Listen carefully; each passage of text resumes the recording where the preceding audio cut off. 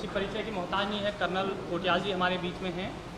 मैं स्वयं हर्षित नौटियाल टीवी गढ़वाल का प्रभारी हूँ पार्टी की तरफ से।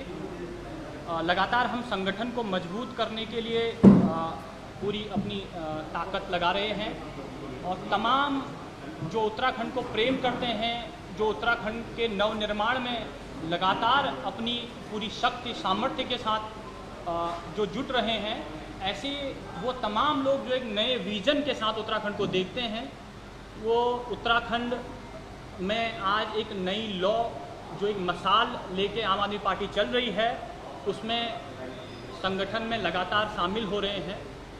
तो मैं सीधे मुद्दे पे आ रहा हूँ कि आज हमारे बीच में दिनेश लाल जी हैं, जो 2014 में जिला पंचायत का चुनाव लड़ चुके हैं घनसाली से, और अलग अलग संगठनों के माध्यम से लगातार घनसाली विधानसभा में लोगों से रूबरू रहे हैं, उनके सुख दुख में अपनी शक्ति को लगाए हुए हैं आज तक। और वर्तमान में जो भिलंगना ब्लॉक है उसके प्रधान संगठनों के अध्यक्ष हैं और वर्तमान में ज़िला टिहरी गढ़वाल के महासचिव प्रधान संगठन के पद पर भी हैं और प्रदेश कार्यकारिणी के सदस्य भी हैं प्रधान संगठन, जो उत्तराखंड पूरे उत्तराखंड का है। तो आज वो हमारे साथ पार्टी परिवार में शामिल हो रहे हैं और हम हार्दिक स्वागत करते हैं उनका। और तुरंत मैं कर्नल कोटियाल जी से निवेदन करूंगा कि उन्हें सीधे टोपी पहना कर उनको पार्टी परिवार में शामिल करेंगे। दिनेश भाई, बधाई हो, पार्टी मजबूत हो रही है।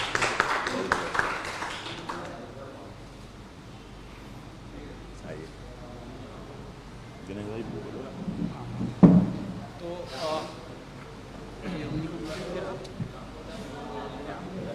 तो मैंने तो क्या बोलता हूँ थोड़ा सा तो मैं दिनेश लाल जी हमारे बीच में हैं, तो मैं उनसे निवेदन करूंगा कि वो आपसे सीधा रूबरू होना चाहें और अपना संदेश आपको देना चाह रहे हैं।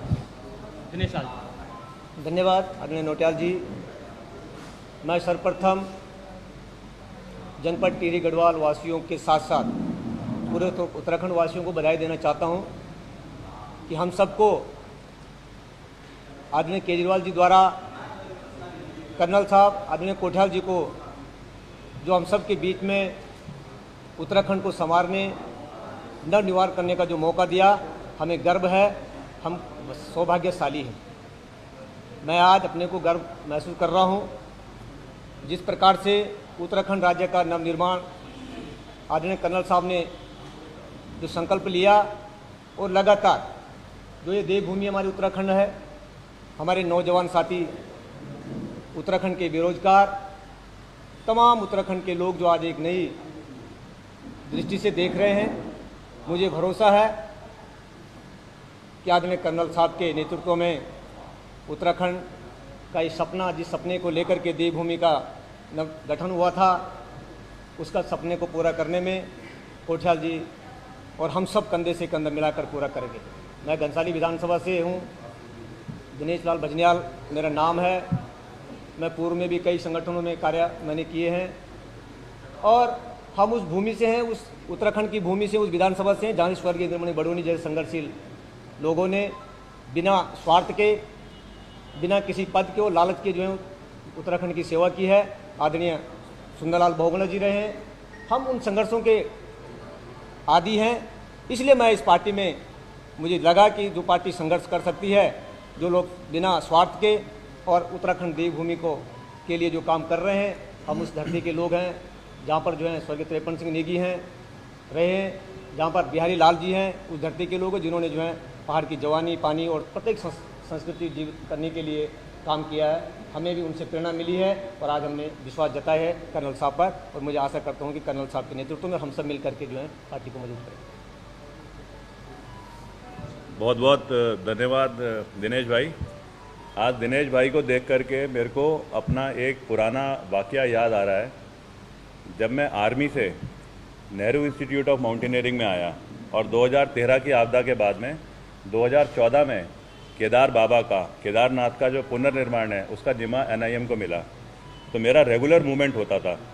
वो होता था उत्तरकाशी से घनश्याली होते हुए, तिलवाड़ा होते हुए केदारनाथ, और केदारनाथ से वापस उत्तरकाशी। तो मेरे को हमेशा दिखता था कि उस इलाके में वो जो रास्ता था, बीच बीच में ना बादल फटते रहते थे, बीच में टूट फूट होती रहती थी, लेकिन दो चीज़ें बड़ी कॉमन थी कि लोग जो थे वहाँ के, उनके अंदर ना एक जज्बा था। और क्योंकि मेरी सफ़ेद गाड़ी होती थी सरकारी, उसमें एक झंडा भी होता था, तब बत्तियाँ भी होती थी, तो लाल बत्ती भी होती थी। तो एक बार मेरे को याद है, मैं जब घनश्याली के इलाके से निकल रहा था तो लोगों ने मेरे को देखा, और अचानक जिस इलाके में मेरे को देखा उससे 2 किलोमीटर और आगे उत्तरकाशी की तरफ सड़क पे इस गांव के बच्चे रहते थे स्कूल में पढ़ने के लिए, और उस जगह पे बादल फटा। तो घनश्याली के लोगों को जब पता चला बादल फटा है, तो ये जानते हुए कि वहाँ पे जिस जगह बादल फटा है वहाँ उनके गांव के बच्चे हैं, उन्होंने बच्चों के बारे में नहीं पूछा। उन्हें यह था कि कर्नल कोठियाल निकल रहा था यहाँ से, तो क्या पूछ रहे हैं वो कि कर्नल साहब ठीक ठाक निकल गए हैं क्या। मतलब ये मैं बताना चाह रहा हूँ क्या जज्बा घनश्याली जगह का है। रात को मैं जब घनश्याली से निकला हूँ तो मेरे को सड़क पे बिल्कुल देवी रानी का जो मस्त है ना सवारी बाग हमेशा दिखाई देता था। आज मैं दिनेश भाई को देख करके वो पक्का फीलिंग ले रहा हूँ कि आम आदमी पार्टी जो धीरे धीरे मजबूत होती जा रही है, जो कि देख रही है नए लोग आए जिनके अंदर जज्बा है कुछ करने का इस उत्तराखंड के लिए, जिनके अंदर जज्बा है अपने देश के लिए, वो बगैर किसी धर्म की राजनीति, वो बगैर किसी करप्शन की राजनीति वो करने के छोड़ करके और आकर के और टीम को मजबूत करें। आज ये टीम मजबूत होती जा रही है। घनश्याली वाकई में एक बहुत इम्पॉर्टेंट जगह है हमारे लिए, क्योंकि घनश्याली से शुरू होता है वहाँ के इलाके के पहाड़ों का मैं बोलूँगा प्रोग्रेस, जहाँ से निकलता है, जहाँ से निकलती थी भिलंगना नदी, जहाँ से देवी देवताओं का वो केदार बूढ़ा केदार जहाँ से हो गया ऊपर जाकर के पिलंगना और भिलंगना का संगम, आज उस जगह से पार्टी को एक नई मजबूत मिल रही है। बहुत बहुत बधाई दिनेश भाई। अर्चित भाई, आप जिस तरीके से लगे हुए हैं हमारी टीम और मजबूत होते रहेगी। आप सबका धन्यवाद बहुत बहुत।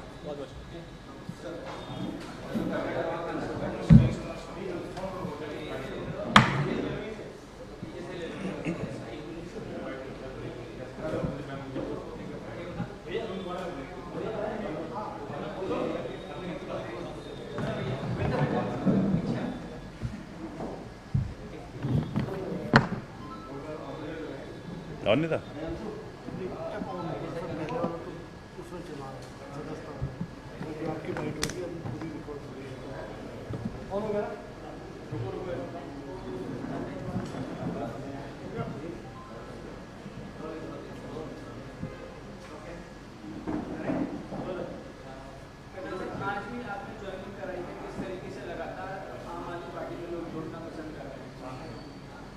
देखो, पार्टी का धीरे धीरे जो एक्सेप्टेंस है वो तो बढ़ता जा रहा है। अभी हम देख रहे थे कि कई जगह ना जैसे सर्वे होते हैं, तो उसमें सर्वे में आ रहा है कि आम आदमी पार्टी जिस दिन से डिक्लेयर करा गया है कि फेस, अब इसका मतलब ये नहीं है कि फेस अजय कोठियाल डिक्लेयर कर दिया तो खाली उसी से फ़र्क पड़ता है, क्योंकि आम आदमी पार्टी अपनी चीज़ों को बताने की कोशिश कर रही है। अगर हम यहाँ पे उत्तराखंड में आ रहे हैं तो किस तरीके से लीडरशिप को हम समझते हैं कि कैसे इफेक्टिव हम आगे चीज़ें बना पाएंगे, तो उसमें हम देख रहे हैं कि आम आदमी पार्टी का एक्सेप्टेंस जो है वो 10 से 15% तक दिखाई दे रहा है। अगर इतने कम टाइम पे हमारा एक्सेप्टेंस बढ़ रहा है तो अभी तो हमारे ना मेन कैंपेन्स आए नहीं है। अभी हमने एक बिजली का कैंपेन करा था जिसमें दोनों पॉलिटिकल पार्टीज़ का आपस में शुरू हो गया सवाल जवाब कि कोई बोल रहा है 100 यूनिट देंगे, कोई बोल रहा है देखेंगे, लेकिन साथ में आम आदमी पार्टी ने जो रजिस्ट्रेशन कैंपेन चलाया था उसमें 10,85,000 ऐसी ही कुछ फिगर है मेरा एग्जैक्ट, पर 10 लाख प्लस फिगर लोगों ने रजिस्ट्रेशन कराया है। अब जिस तरीके से ये जो इंडिकेटर्स हैं, ये इंडिकेटर्स तो दिखा रहे हैं कि पार्टी और स्ट्रांग होती जा रही है। हम टच में हैं लोगों से और हम इनवाइट करना चाहते हैं कि आओ और पार्टी को ज्वाइन करो, पार्टी को मजबूती दो। जो आपके अंदर इच्छा है उत्तराखंड की तरफ, उसे ना आज मौका है पूरा करने का। सर 48 घंटे का समय आपने दिया था ब्रिज को लेकर कि हम ब्रिज बना देंगे, लेकिन सरकार की तरफ से ऐसी कोई पहल नहीं हुई, इसके बारे में आपका क्या कहना है? देखो, मैं अभी क्या हुआ, दो दिन हुए होंगे, मैं अभी आ रहा था हरिद्वार से, तो मैं वहाँ पे गया उस जगह पे देखने के लिए जहाँ पे कि वैकल्पिक मार्ग, ऑल्टरनेट रूट जो बनाने की कोशिश हुई है और जो दोबारा बह गया था। देखो 48 घंटे ना हम खाली ऐसे हवा में तो बोल नहीं रहे थे, हमने ऐसे ही बेली ब्रिज, केदारनाथ में 48 घंटे में बनाए हैं, और वो उस टाइम बनाए हैं जबकि जेसीबी भी नहीं होती, कोई मशीन नहीं होती थी, खाली ह्यूमन मतलब ब्रूट स्ट्रेंथ से। उस टाइम पे टेम्परेचर होता था माइनस में, जब आंधियाँ चलती थी तो -20 -25 चले जाता है। हाइट होती है 11,600 फीट, बर्फ़ है 4-4 5-5 फीट की। उसके बावजूद जिसे बोलते हैं काउंटर वेट टेक्निक, नीचे रोलर लगाए जाते हैं, प्रेस करा जाता है, काउंटर वेट टेक्निक से पुल बनना था जो ओरिजिनल है एग्जिस्टिंग, उसके ऊपर जब पानी बरसात का कम होता तब उस पुल को हटा दिया जाता और नीचे रास्ता बनाया जाता, जिस पे आज बनाया गया है। अभी मैं देख के आया हूँ जो बन रहा है वहाँ पे रास्ता, क्योंकि मैं 1.5 साल अभी बर्मा रह के आया हूँ, और बर्मा में मैं इंटरनेशनल रोड का ही कंस्ट्रक्शन के प्रोजेक्ट को देखने गया था। आज कोई भी ऐसी सिखलाई नहीं बोलती है कि आप ह्यूम पाइप लगाओगे। ह्यूम पाइप अगर रास्ता क्रॉस करने के लिए लगाए जाते हैं, ये जो पानी को क्रॉस करने के लिए, तो उससे ना पानी, तो ह्यूम पाइप एक गोल पाइप है, उससे पानी कैसे निकलेगा पूरा। आजकल ना बॉक्स कन्वर्ट सिस्टम है, 2-2 मीटर के प्री फैब्रिकेटेड बॉक्स बनते हैं, आपने भी देखे होंगे, पहाड़ों में कई जगह रहते हैं। उसे उठा करके सीधा लगाया जाता है मशीन से, उनको फिट करा जाता है, उसके ऊपर फिर आप लेवलिंग करके एक सब ग्रेड लेवल तक लेकर के आते हो और अच्छा खासा ट्रैफिक मूवमेंट होता है। और ये तो मेन सड़क थी, इसके ऊपर पता नहीं क्यों ध्यान नहीं दिया जा रहा है।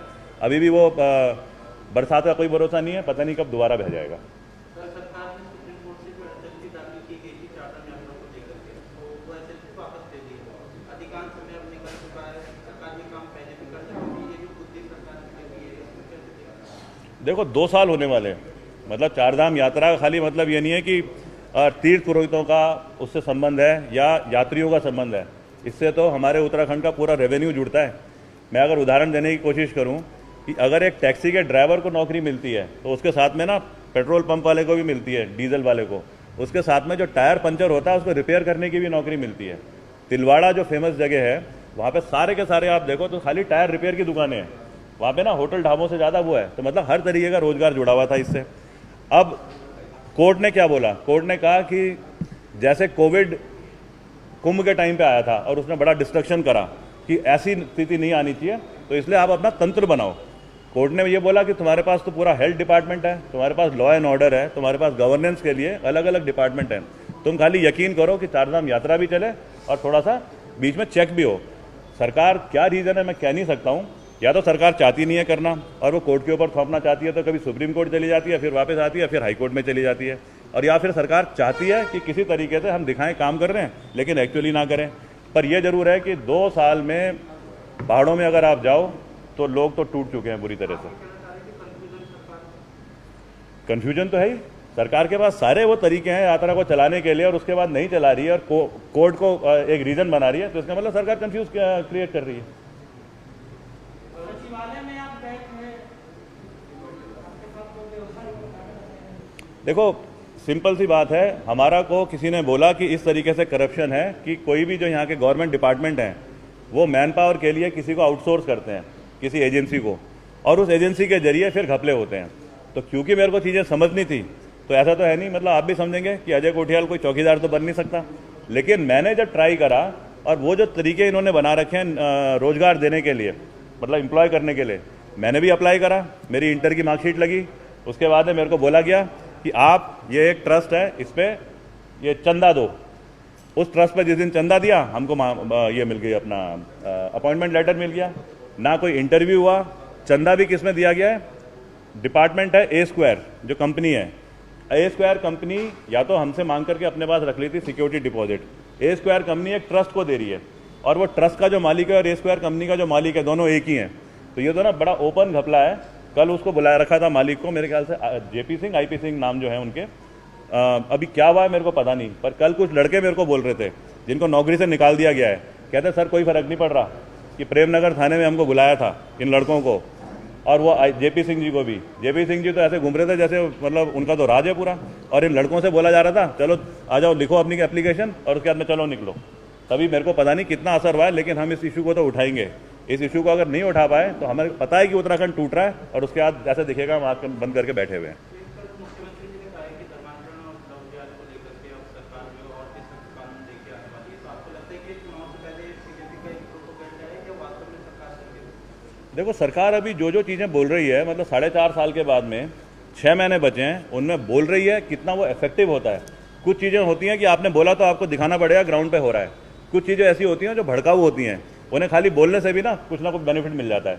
कौन सी बोलने वाली है और कौन सी करने वाली है, ये तो अभी कुछ दिनों में और ग्राउंड पे दिखेगा। सर, केदारनाथ के 3 पुरोहित विरोध कर रहे हैं पुनर्निर्माण कार्यों का, क्योंकि पहले बना था, फिर तोड़ के सरकार दोबारा बना रही है। आप किस तरीके से देखते हैं, क्योंकि आपने कोई वहाँ काम किया? मेरे को एग्जैक्ट तो ये नहीं पता कि कहाँ पे ये तोड़फोड़ कर रहे हैं, पर मेरे को सुनाई दिया है कि शायद कहीं पे ब्लास्टिंग हो रही है। क्लियर मेरे को नहीं पता। हाँ बिल्कुल, देखो वो ना मंदाकिनी और सरस्वती का कन्फ्लुएंस है, उस जगह पे घाट बनाया था। वो घाट NIM ने बनाया था। वो घाट बिल्कुल मास्टर प्लान के हिसाब से और तरतीब से बना था। आज क्या कारण है सरकार उसको तोड़ रही है? क्योंकि कई बार होता है कि आप बोलते हो कि लैंडस्केपिंग के लिए अच्छा हो, कलर कोड अच्छे हो, सेफ्टी के हिसाब से अच्छा हो। मेरे ख्याल से CBRI और IIT रुड़की ने अच्छे तरीके से बनाया था। अगर तो सरकार का पर्पज़ मतलब कंस्ट्रक्टिव है तो कोई बुराई नहीं है, पर अगर तीर्थ पुरोहित सवाल कर रहे हैं तो इसका मतलब इसको चेक करने की भी जरूरत है तीर्थ पुरोहितों के साथ बात करके कि वो क्या कारण बोल रहे हैं। कई बार हम लोग चलते हैं इंजीनियरिंग के स्टाइल से, लेकिन कई चीज़ें भावना के साथ भी जुड़ी होती हैं। अगर कहीं वास्तु की बात है, अगर कहीं वो दिशाओं की बात है, किसी साउथ की तरफ से द्वार होना चाहिए, तो हमें ना वो भावना भी देखनी चाहिए।